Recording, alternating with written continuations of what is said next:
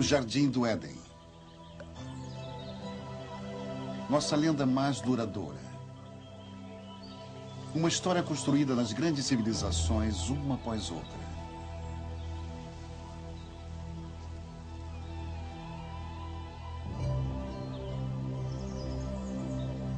Uma história de sedução. A fúria de Deus e paraíso perdido.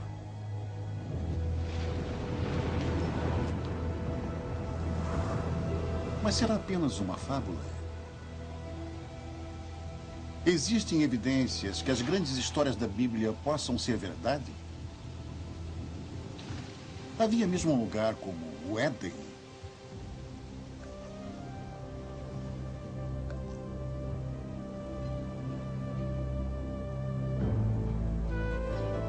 Hoje, a busca pelo Jardim do Éden nos leva a uma terra seca e desolada.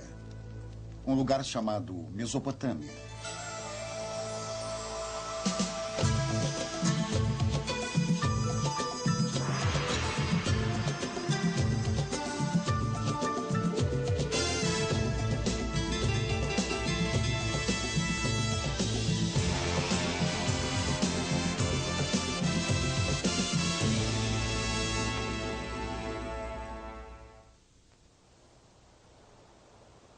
Esta é a terra onde as primeiras sementes da civilização humana foram semeadas. E foi aqui que 3 das maiores civilizações do mundo antigo floresceram: Babilônia, Assíria e Suméria. Entre as suas ruínas, os fiéis muito procuraram por respostas para os mais profundos mistérios da Bíblia, enquanto os arqueólogos exploraram essas terras em busca das bases históricas da crença. Nossa busca pelo Éden é uma jornada de volta no tempo. Primeiro para a Babilônia, a última dessas civilizações perdidas. Depois, mais distante no passado, para os assírios, mestres poderosos na arte da guerra.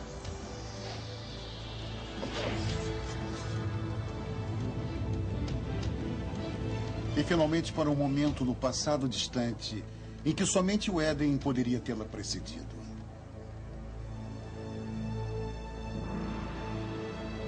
A Suméria e a criação da própria civilização.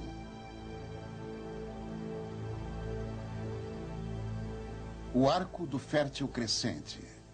Ao longo de mais de 6.000 anos, esta terra rica, modelada entre os rios Tigre e Eufrates, deu início às primeiras grandes civilizações. Os gregos a chamavam de Mesopotâmia. Nós a chamamos de Iraque. E retirando as camadas de história que aqui estão, podemos traçar as origens de nossas histórias mais antigas e viajar de volta às mais profundas raízes da fé. Nossa jornada começa na margem oeste da Mesopotâmia, em Israel. Em 1947, uma descoberta acidental chamaria a atenção do mundo para a arqueologia e para a Bíblia. 2 pastores beduínos estavam levando um rebanho de cabras junto às montanhas de Qumran, a alguns quilômetros de Jerusalém. No deserto ressecado pelo sol, eles perceberam uma pequena caverna oculta por uma inclinação rochosa. Curioso, um dos beduínos começou a subir. Não era raro que artefatos antigos e valiosos fossem encontrados ao longo destas escarpas.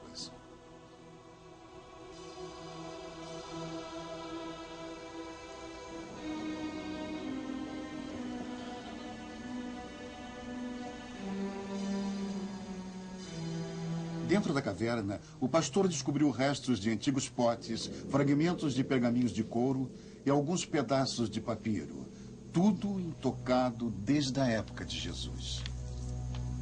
Estes escritos, de uma obscura seita judaica chamada de Essênios, seriam conhecidos através do mundo como os pergaminhos do Mar Morto. Nas cavernas das redondezas, centenas de antigos pergaminhos eventualmente eram desenterrados.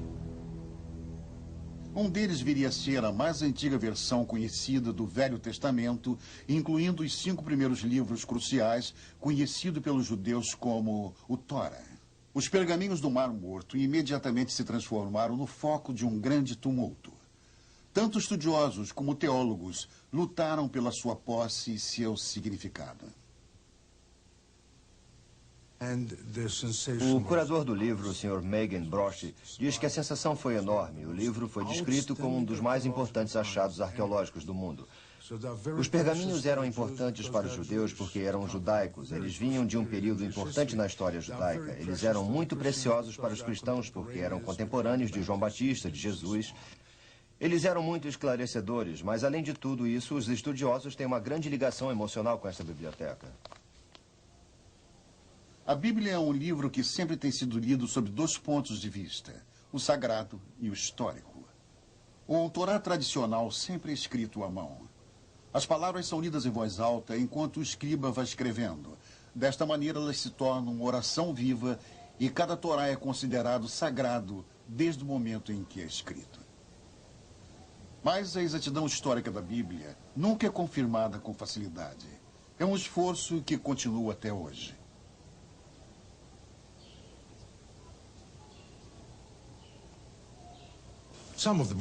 Ele diz que alguns livros da Bíblia são excelentes livros de história. São os primeiros livros históricos que temos e totalmente exatos, porque existem referências cruzadas de outras fontes. E eles são extremamente precisos. Sendo assim, eles são muito importantes. A descoberta dos pergaminhos do Mar Morto foi o acontecimento mais famoso na arqueologia bíblica, mas não significa que tenha sido o primeiro. O impulso de explorar a história bíblica tem uma tradição respeitável. É uma busca que começava na Terra Santa, mas que conduzia à Mesopotâmia. Por toda a história, expedicionários das cruzadas, místicos e crentes têm sido atraídos para os lugares onde as histórias da Bíblia aconteceram. Mas com a chegada do século XIX, uma nova espécie de peregrino tentou fortificar sua crença na Bíblia através da recém-criada ciência da arqueologia. Com certeza não haveria maior confirmação de sua fé do que provar que as histórias bíblicas eram verdadeiras. O arqueólogo e escritor Neil Silberman diz que a primeira intenção dos arqueólogos bíblicos era localizar os lugares mencionados nas narrativas e ver se alguma ilustração daquelas histórias podia ser encontrada. Usar a cerâmica antiga, as paredes das antigas cidades e as antigas armas como ilustrações das histórias bíblicas que todos eles imaginavam desde a infância.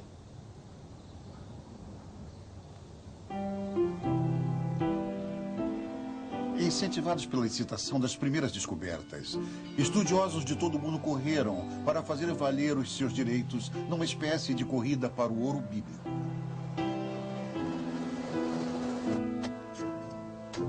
Na competição estavam arqueólogos ingleses, alemães e franceses invadindo a Terra Santa e detetives teológicos cavando em busca de Deus e da Terra.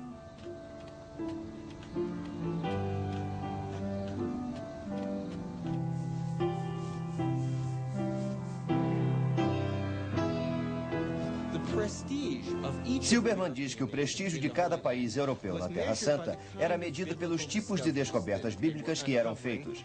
E uma das maiores batalhas diplomáticas e políticas que aconteceram na história da arqueologia bíblica foi a descoberta da famosa pedra Moabita. Em 1868, bem para o interior do território de Moabe, alguns beduínos da tribo de Boni Hamida tropeçaram numa misteriosa placa de pedra enterrada no deserto. Para os membros da tribo, não era novidade as antiguidades da área, nem o valor que elas tinham para os europeus. O primeiro ocidental a ouvir falar da curiosa Pedra Negra foi o reverendo Frederick Augustus Klein. Ele imediatamente partiu direto para o deserto infestado de bandidos, acompanhado apenas por alguns guias beduínos. Klein era um missionário, não um arqueólogo. Quando ele viu pela primeira vez a estranha escultura de basalto, ele sentiu uma torrente de excitação. Ele suspeitava que a placa negra pudesse confirmar suas crenças mais profundas.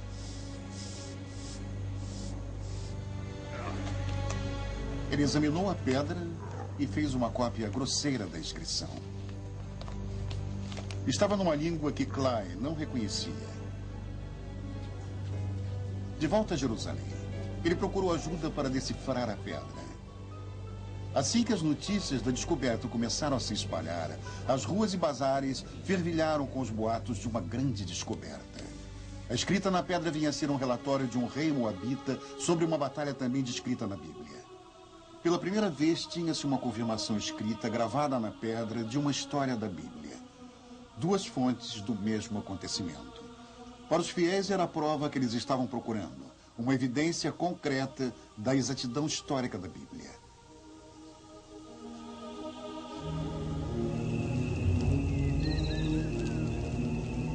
Muitos tentaram comprar a pedra, mas os beduínos tinham razão em ter cuidado. No passado, eles tinham sido enganados por europeus caçadores de tesouros. Presumindo que algo tão valioso para os europeus pudesse conter ouro, eles lançaram a pedra no fogo na intenção de parti-la. Quando o fogo esquentou a pedra, eles jogaram água sobre ela várias vezes até que ela finalmente explodiu. Eles não encontraram nenhum ouro e a pedra estava destruída. A primeira confirmação arqueológica da história da Bíblia. A primeira evidência comprovada já encontrada na Terra Santa estava despedaçada. A perda da pedra foi devastadora, mas não deu fim à caça dos tesouros bíblicos. Agora que a própria Bíblia tinha sido confirmada como história, ela mostrava o caminho muito mais distante para dentro do passado. Uma volta de mais de 2.500 anos para um grande império governado da Babilônia ao momento que a própria Bíblia estava nascendo.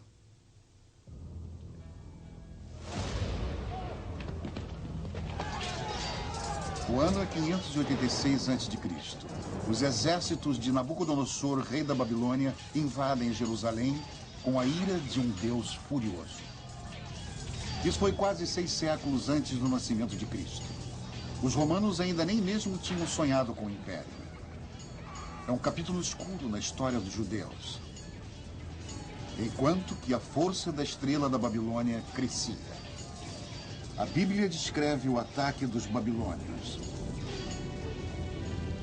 Casas são pilhadas. O templo do rei Salomão é incendiado e completamente destruído. 10.000 hebreus capturados. Príncipes, soldados, artesãos e escribas, todos são levados acorrentados para a Babilônia. Os hebreus atravessaram mais de 800 quilômetros de deserto, seguindo antigas rotas de comércio através do território dos atuais Jordânia, Síria e Iraque para a Babilônia. No Salmo 137, os hebreus lamentam: junto aos rios da Babilônia nos assentamos e choramos, lembrando-nos do Sião. Como entoaremos o cântico do Senhor em terra estranha? Enfraquecidos e exaustos, os hebreus entraram na Babilônia temendo sua extensão e sua fúria. Arrancados da modesta cidade de Jerusalém, eles viram a majestosa capital do mundo antigo.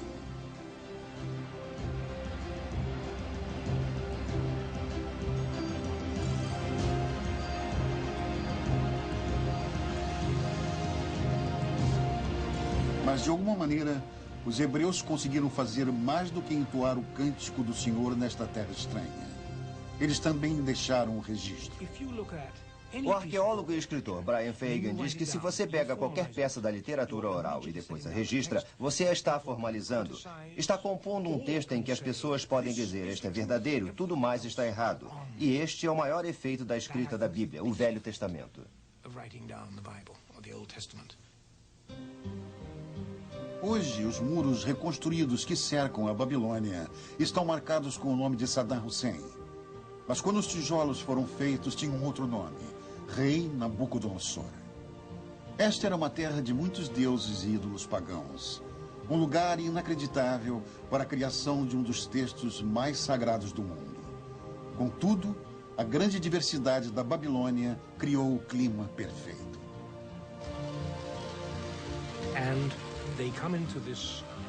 Fagan diz que eles entraram neste ambiente cosmopolita, onde mesmo o mais educado e instruído entre eles era bombardeado no contato direto com outro povo, completamente diferente.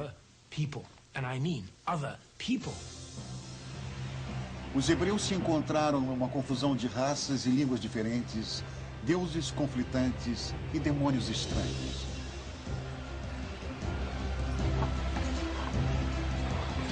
O livro das Revelações poderia perguntar: que cidade é esta, vestida de púrpura e vermelho, adornada com ouro e pérolas? O lar de demônios e a prisão de todos os espíritos corrompidos. Babilônia, a grande, mãe das prostitutas e das abominações da terra. Mas no meio de todas estas abominações, e talvez até mesmo por causa deles, foi onde a Bíblia primeiro se transformou em livro. Ameaçados por uma nova escultura esmagadora, os escribas hebreus estavam desesperados em preservar e solidificar a identidade judaica. Por mais de 3 gerações no cativeiro, os escribas unificaram a tradição oral, os textos novos e os textos sagrados de Israel num único manuscrito. Tinha nascido a Bíblia. Brosh diz que, felizmente para eles, os babilônios eram bem liberais. Eles permitiram que os hebreus mantivessem sua própria cultura, sua própria religião, e que estudassem seus próprios livros. Foi isso que preservou a Bíblia até os dias de hoje. Mas assim como os livros da Bíblia ficaram juntos durante os anos de exílio, a cultura babilônica influenciaria profundamente o trabalho dos escribas hebreus. Fagan acha que a maioria das pessoas que foi para o exílio era composta de pessoas muito instruídas. Um escriba falava para o outro. Ele tem certeza de que foi assim que muitas informações foram transmitidas. E ele acha que a troca de ideias e conhecimento deve ter sido fantástica.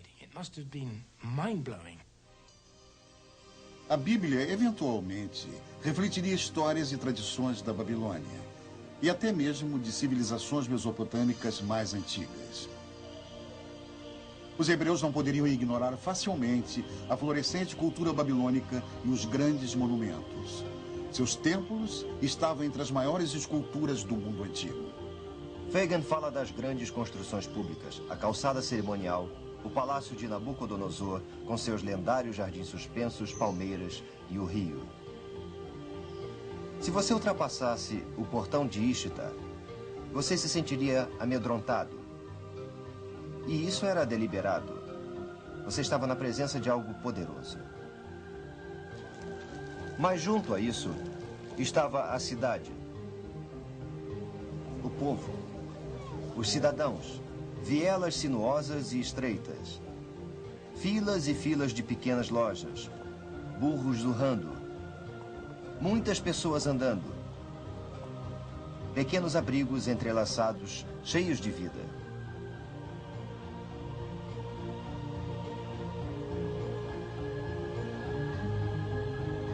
E foi aqui, nos diz a Bíblia, que um dos monumentos mais extraordinários da antiguidade subiu em direção ao céu. A Torre de Babel. Por muito tempo, aventureiros e peregrinos esperavam que o encontro da famosa torre pudesse provar a verdade das histórias bíblicas.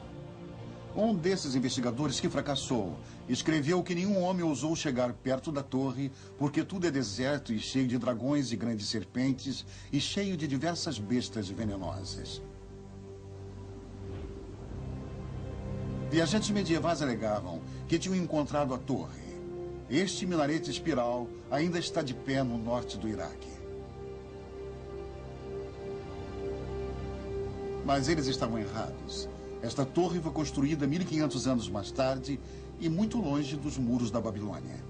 Talvez a possibilidade mais intrigante tenha sido apresentada por Robert Caldwell, um arqueólogo alemão no início deste milênio. Ele descobriu uma fossa retangular com apenas alguns tijolos de argila. Muitos especialistas acreditam que Caldwell tenha encontrado tudo o que restou da famosa torre. Os grandes monumentos da Babilônia causaram uma forte impressão nos escribas bíblicos. Mas seu legado mais duradouro, que sobrevive até hoje, é uma inovação babilônica muito mais impressionante ainda: o Código de Leis. Babilônia foi a primeira civilização na Terra a ter um código legal escrito. A original pedra esculpida é uma relíquia surpreendente. Perdida durante centenas de anos, ela emergiria no final do século XIX. Uma pedra entalhada com um dos documentos legais mais importantes de todos os tempos. 1.200 anos antes dos hebreus terem sido capturados, um rei babilônico tinha esta pedra entalhada com as leis que levam o seu nome. O Código de Hammurabi. Estes escritos podem ser lidos como os precursores do Código Legal no Êxodo, no Levítico e no Deuteronômio. Nas sociedades onde o conhecimento e a lei são transmitidos e tratados oralmente, o precedente é extremamente importante. Mas quando eram escritos, as pessoas que escreviam tinham grande poder. O Código de Hammurabi influenciou quase todas as civilizações desde a Babilônia. Ainda hoje, muitos dos mais primitivos métodos antigos de julgamento sobrevivem virtualmente intactos. Hammurabi descrevia um ritual chamado aprovação, um teste doloroso e até mesmo mortal de culpa e inocência. Em algumas tribos beduínas remotas, a aprovação ainda é praticada quase da mesma maneira que na época de Hammurabi. Neste filme raro, um homem santo chamado de Mubashi julgará os acusados examinando suas línguas depois de terem lambido uma colher de ferro quente.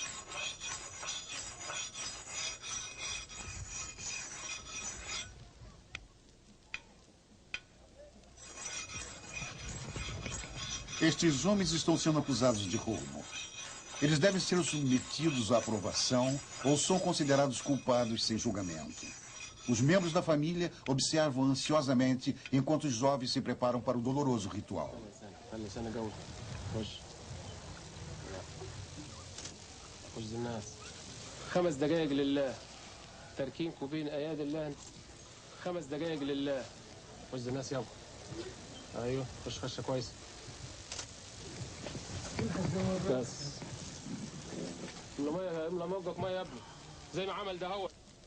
A água não alivia a dor. Ela é usada para limpar e purificar o que bebe e para prepará-lo para o julgamento. O homem santo ora e depois examina as línguas queimadas, procurando um sinal de Deus. Somente o Mubashi pode vaticinar a culpa ou a inocência, e ele sozinho determinará o destino dos homens. Finalmente, o veredicto. Um dos homens é considerado inocente para grande alívio da família. O outro não tem tanta sorte. Declarado culpado, ele pagará por seu crime. A aprovação é o intrigante eco moderno do Hammurabi, mas suas leis chegam muito mais diretamente ao presente através da Bíblia. Não matarás. Não levantarás falso testemunho.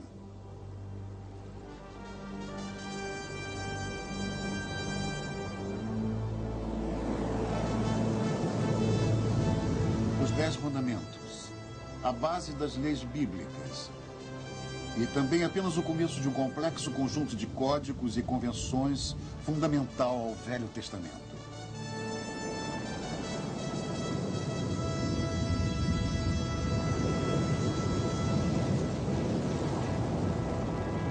E nessas leis, a voz clara de Hammurabi ainda pode ser ouvida. O Dr. Fagan diz que Hammurabi fez leis, não introduziu grandes novidades. Ele apenas escreveu as leis que vigoram pelas civilizações que existiram há centenas ou talvez milhares de anos. Olho por olho, dente por dente e princípios assim, muitos deles ainda estão codificados nas leis de hoje. Mas a Babilônia que formulou a Bíblia e suas leis teve suas raízes numa civilização ainda mais antiga. Uma que alcançou seu auge 7 séculos antes de Cristo. Foi o cruel império da Assíria, um lugar que a Bíblia chamou de uma terra banhada em sangue.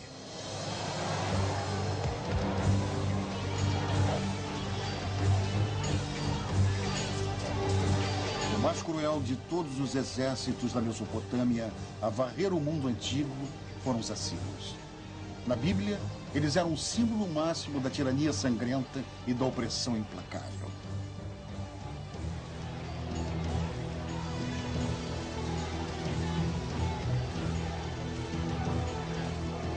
100 anos antes de Nabucodonosor aprisionar os hebreus na Babilônia, a Bíblia nos diz que o rei assírio Senaqueribe atacou as terras dos hebreus.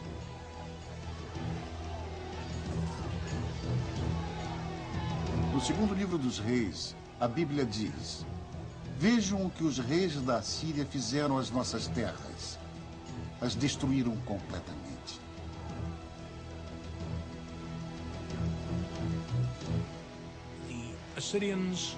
O Dr. Fagan diz que os assírios eram governados por reis tirânicos.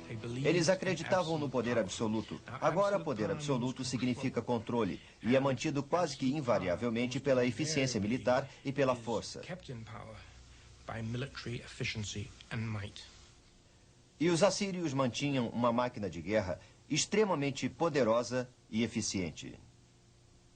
E sobre as paredes dos palácios dos reis assírios estavam os relatos de algumas de suas expedições escritas, termos arrogantes e de grande eloquência. O escritor Nicholas Guild diz que quando os assírios tomavam uma cidade, eles poderiam amontoar as cabeças dos cidadãos-chefes ao lado do portão, ou pegar o rei da cidade e esfolá-lo vivo e fixar sua pele na parede. A força síria, simbolizada pela real caça ao leão, colocada nas mãos de impiedosos reis guerreiros. Mesmo de má vontade, a Bíblia revela admiração em Ezequiel 31, onde encontramos: olhem para os assírios, sob sua sombra habitam todas as grandes nações. Quando a cidade de Roma estava em seu início, a Assíria era o maior império do mundo. Durante mais de 1000 anos, foram poucos os detalhes da civilização assíria. Até mesmo sua capital, a cidade de Nínive, era desconhecida para o mundo moderno. Então, em 1852, estas ruínas desoladas foram exploradas pelo arqueólogo inglês Austin Henry Layard. O que Layard encontrou aqui, no norte do Iraque, não era nada menor do que o Palácio Real de Nínive, um tesouro intacto da civilização assíria. Abrindo túneis como um mineiro através da terra, Layard descobriu grandes touros alados e espetaculares trabalhos artísticos escondidos há mais de 1 milênio dos olhos humanos. O mundo ficou surpreso e excitado com sua descoberta. Nínive era outra cidade bíblica encontrada, uma confirmação a mais da veracidade das histórias bíblicas. Mas a mais monumental das descobertas de Layard foi a grande biblioteca de Nínive. Uma extraordinária coleção de 22.000 placas de argila inscritas com a escrita cuneiforme dos assírios. O Dr. Guild acha que a única comunicação direta com os povos do mundo antigo é o que eles deixaram por trás de seus escritos. É assim que podemos saber o que comiam, que tratamentos médicos usavam, como era a vida familiar, a vida política e como encaravam a religião. Detalhes da vida síria revelam uma sociedade patriarcal. Um mundo onde os cidadãos, e especialmente as mulheres, tinham uma posição inferior. O Dr. Guild explica que toda mulher assíria, ainda na infância, antes de se casar, ia para o templo de Ishtar, sentava nos degraus e ficava esperando até que algum homem aparecesse e jogasse uma moeda na bainha de seu vestido. Ela entrava junto com ele e fazia o que tinha que fazer e pronto. Mesmo neste mundo tirânico, havia um tipo de justiça no casamento. Mesmo uma esposa tinha certos direitos. O Dr. Guild conta que uma mulher podia especificar em seu contrato de casamento que seu marido não poderia ter outras esposas. Ela poderia especificar que ele poderia ter prostitutas, mas não outras esposas. Mas se as mulheres comuns tinham condições limitadas, recentes descobertas revelam que as rainhas assírias gozavam de grandes privilégios. Em 1989, o antigo palácio de Ninrub, no norte do Iraque, foi o palco de uma estonteante descoberta. Os especialistas a chamaram a descoberta mais significante desde a tumba do rei Tut, o tesouro de Ninrub. O Sr. Said, do Departamento de Antiguidades do Iraque, diz que enquanto eles limpavam alguns dos cômodos, descobriram que havia algumas indicações sobre uma estrutura arqueada na parte de baixo do piso. Eles tiraram tudo e tentaram classificar e descobriram que ali estavam os corpos de pelo menos 2 rainhas.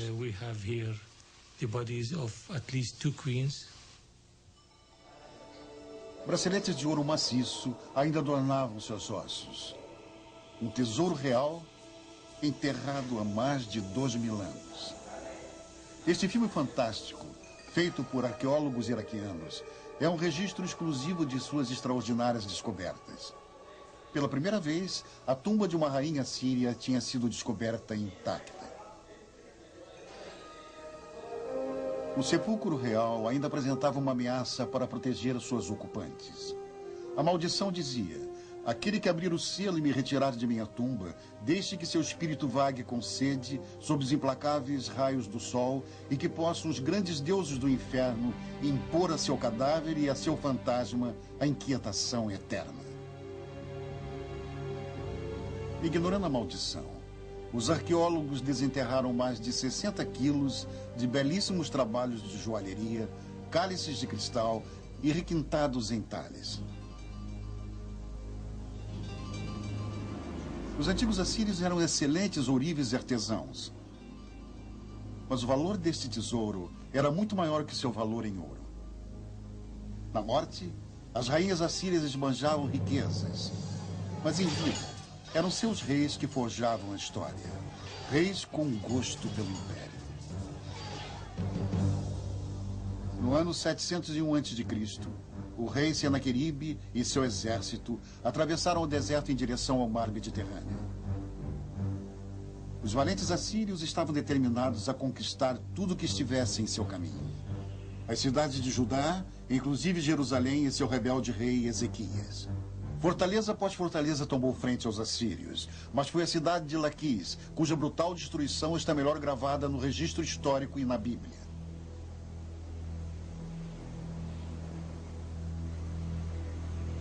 O Dr. Fagan diz que o cerco de Laquis é um belo exemplo de como um exército assírio invadiu uma cidade.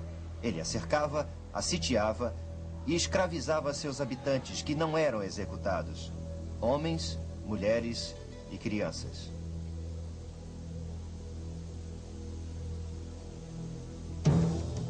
Suas técnicas eram muito simples. Era uma conquista brutal, uma conquista rápida, sistemática, eficiente. E nos baixos relevos dos palácios assírios, vemos as máquinas do cerco, os soldados movendo-se sobre as colinas, protegidos pelos escudos. Mas eles não tinham nenhuma chance. Todos aqueles homens eram soldados profissionais, eram máquinas. Da capital de Jerusalém, o rei Ezequias sabia que um ataque era inevitável. Ele se apressou em fortificar a cidade e ordenou que um aqueduto subterrâneo fosse cavado num esforço desesperado para proteger o suprimento de água da cidade em caso de um cerco. O plano de Ezequias funcionou. A Bíblia nos diz: o Senhor salvou Jerusalém e o rei da Síria retornou envergonhado à sua terra. A versão de Senaqueribe para o conflito foi encontrada em um prisma de argila desenterrado em Nínive. Ele confirma a história da Bíblia nos mínimos detalhes, mas seu ponto de vista é completamente diferente. No prisma estava escrito: mas como Ezequias o judeu não se dobrou submisso ao meu jugo, 46 de suas cidades fortificadas eu sitiei e conquistei. O terrível esplendor do meu domínio o oprimiu.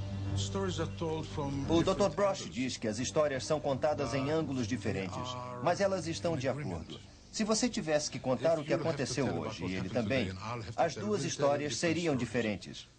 Temos a história de Senaqueribe invadindo este reino. Cada um fala basicamente sobre o mesmo fato histórico, absolutamente sem contradições. Com apenas uma contradição. O resultado, na versão de Senaqueribe, Ezequias calou-se em Jerusalém como um pássaro engaiolado. Mas na Bíblia, os exércitos assírios foram contidos pelas paredes de Jerusalém. Talvez seja o exemplo mais antigo de contadores de vantagens. O rei dos israelitas ficou com a última palavra. Derrotarei a Assíria em minha própria terra. A Bíblia diz no livro de Isaías: e ao comando do Senhor, os assírios serão vencidos. E a Bíblia nos diz que Deus destrói Nínive, trono dos grandes reis assírios. Esta foi a primeira aniquilação. Muito antes, o Todo-Poderoso havia desperdiçado uma civilização inteira. Não há nenhuma citação ao seu nome na Bíblia, mas ela foi chamada de Suméria e contou a história de um grande dilúvio.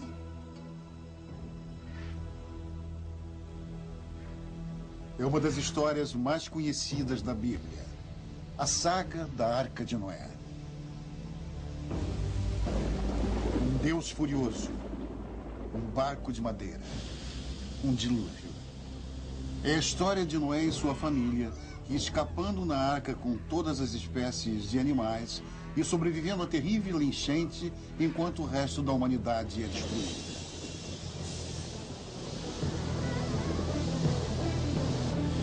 É uma história primitiva que excita nossas esperanças e medos mais profundos. Uma história baseada na Bíblia, mas também num outro texto antigo, um texto descoberto nas ruínas da Suméria. No início deste século, um grupo de placas mesopotâmicas foi traduzido. Elas revelaram a mais antiga lenda conhecida de uma enchente cataclísmica. O primeiro épico escrito do mundo. É a história do fabuloso rei Gilgamesh. Sua história sobre uma grande enchente precede a Bíblia em pelo menos 2000 anos. A história dizia que por 7 dias e 7 noites, a enchente se estendeu sobre a terra e o enorme barco foi sacudido pelas tempestades. O Dr. Fagan diz que o barco depois encalhou numa montanha e eles soltaram os pássaros. E esta história tem uma grande semelhança com a história da enchente bíblica. É uma história maravilhosa. Há mais de 5.000 anos atrás, a história da grande enchente foi contada aqui pela primeira vez nas antigas cidades da Suméria, Uruk, Eridu e Ur. Na Suméria encontramos o início de quase tudo que nos faz civilizados. Eles inventaram a roda, o governo e a jardinagem. Suméria, a primeira civilização da Terra. Numa terra sem pedras, eles inventaram os tijolos de lama como esses que ainda hoje são feitos e usados. E a partir destes simples blocos para a construção, erigiram os primeiros grandes monumentos chamados zigurates, os templos-torres que se elevavam a centenas de metros.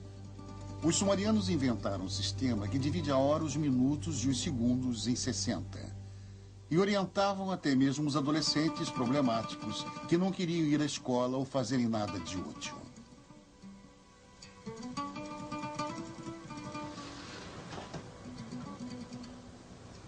O que nós sabemos sobre os sumerianos, suas inovações surpreendentes e sua vida diária, é graças à sua invenção mais impressionante, a escrita. Conhecemos suas antigas lendas e seus segredos íntimos porque alguém os escreveu.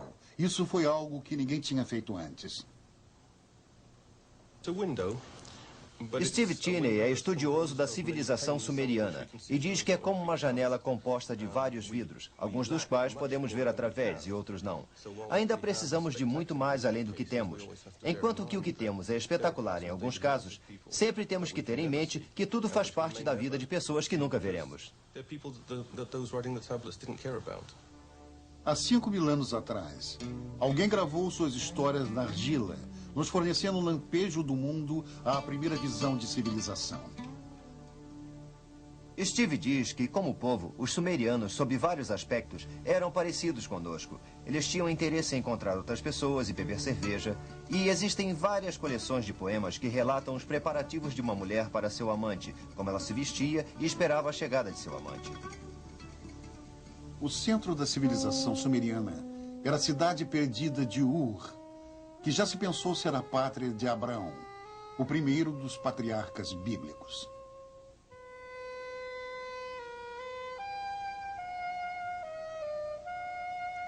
O Dr. Fagan diz que ela é o resumo da cidade bíblica em termos arqueológicos, porque é o lugar de uma das mais famosas escavações arqueológicas já feitas nas décadas de 20 e 30 por um notável arqueólogo inglês chamado Leonard Woolley. Um arqueólogo inglês uma vez descreveu a arqueologia como a ciência do lixo, e isso é verdade.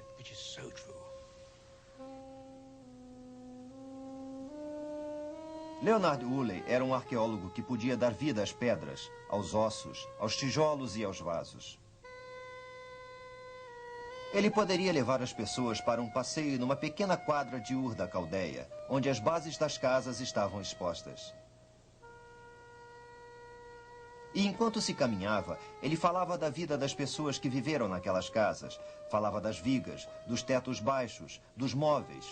Em suas mãos, Ur criava vida.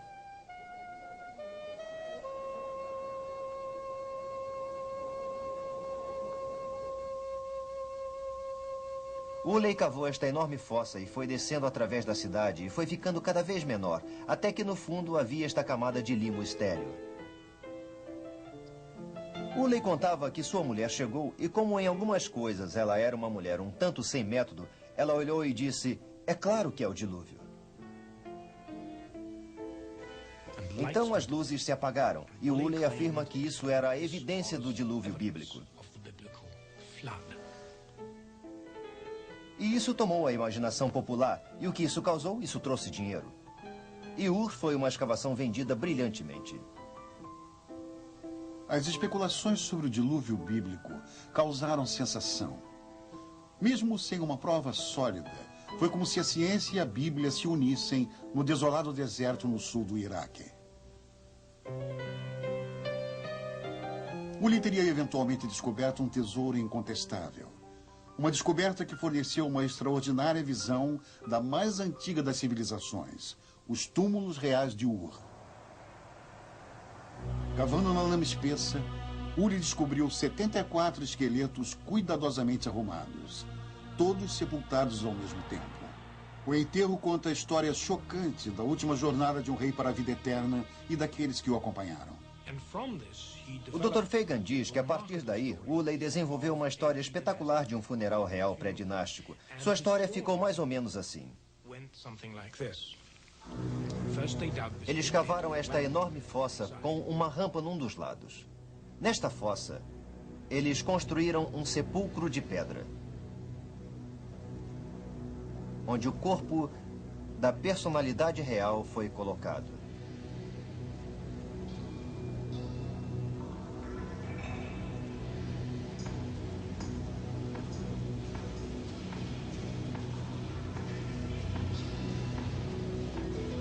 Depois, toda a corte marchou em fila para o interior da fossa.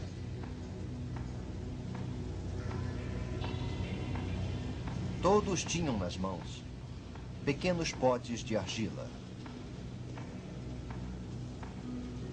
E a um sinal, todos beberam o veneno.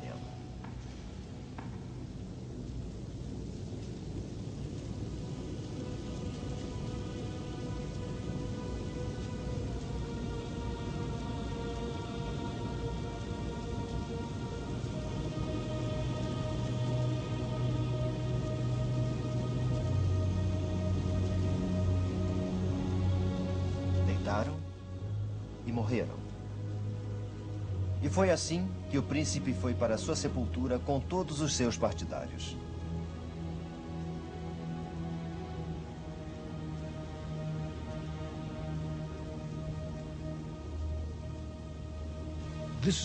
Esta veio a ser uma das grandes descobertas, um dos grandes funerais valiosos da arqueologia e da história antiga.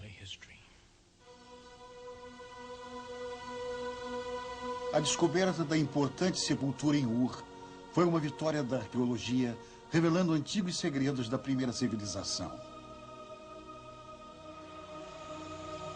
Mas a ciência só pode nos levar até aí. Onde os vestígios terminam, o épico de Gilgamesh fornece o final, pistas que atormentam, pistas que nos levam de volta para um jardim e um lugar chamado paraíso.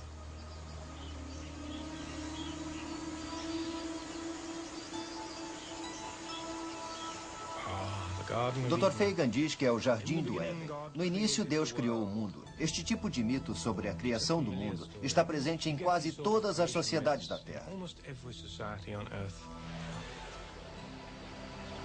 É o desejo dos povos por um mundo melhor.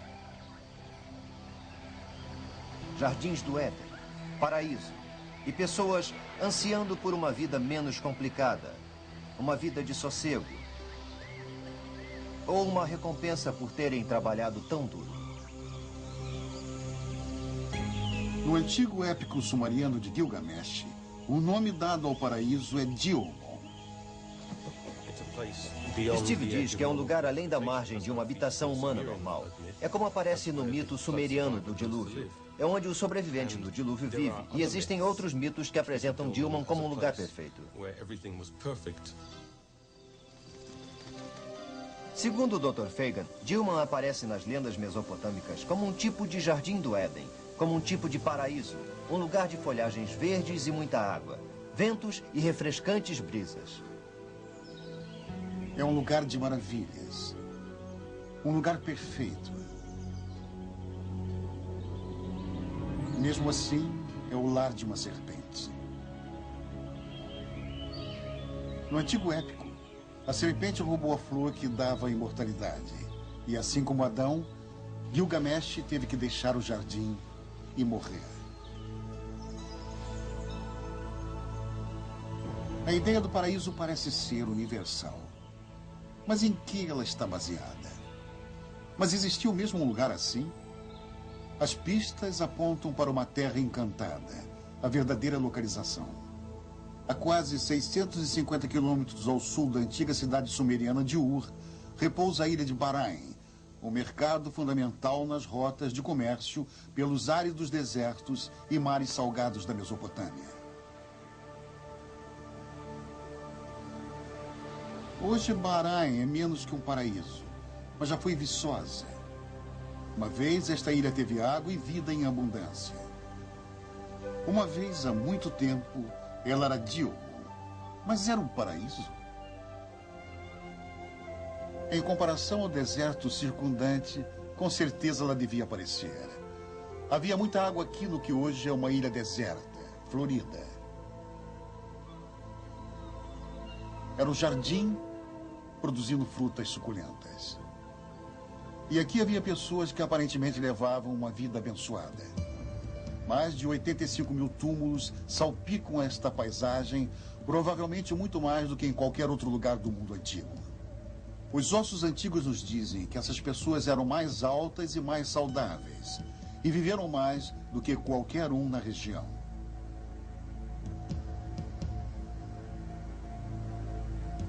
Pelos túmulos está uma pista muito mais impressionante. Os restos de serpentes, ritualmente embalsamadas em algum momento perdido há mais de 4.000 anos atrás. Aqui em Bahrain encontramos a serpente, assim como a encontramos no épico de Gilgamesh, e assim como a encontramos na Bíblia. Nossa jornada de volta no tempo atravessou as terras onde os babilônios, os assírios e os antigos sumerianos uma vez andaram. Mas é possível se aventurar tão longe para a terra que guarda as pegadas de Adão?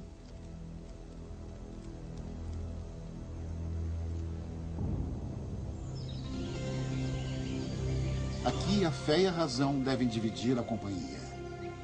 Agora sabemos que houve uma vez na Mesopotâmia uma ilha verde. Podemos achar melhor acreditar que era o paraíso.